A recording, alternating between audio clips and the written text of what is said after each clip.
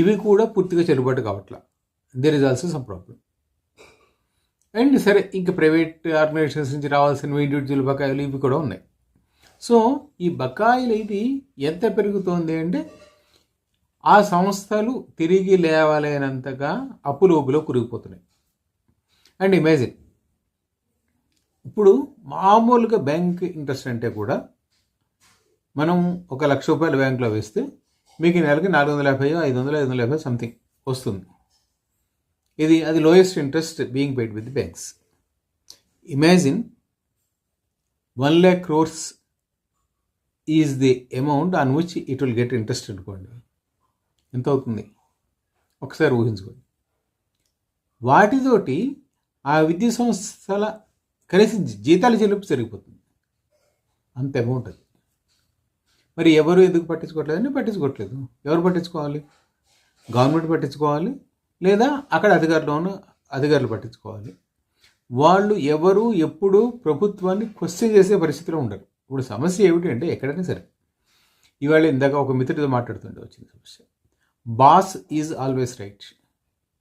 ఆ బాస్ ఎవడైనా కానివ్వండి, your immediate boss is always right, you must not question అనే సిస్టంలోనే పెరిగాం. కానీ అక్కడ ఉన్న తప్పులని మనం పట్టించే పరిస్థితిలో మనం ఎప్పుడూ ముందుకు వెళ్ళట్లేదు కనుక సహజంగానే you have to pay the price for that.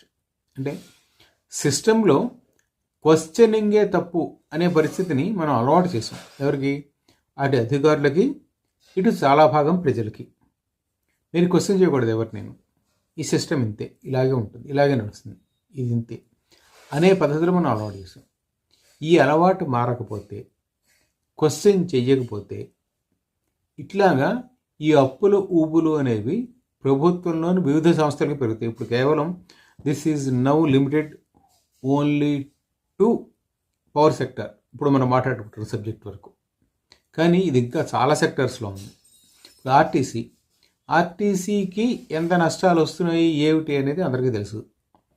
And free bus pass for women, right, that is an election promise made by Congress party. They are implementing it here and Karnataka.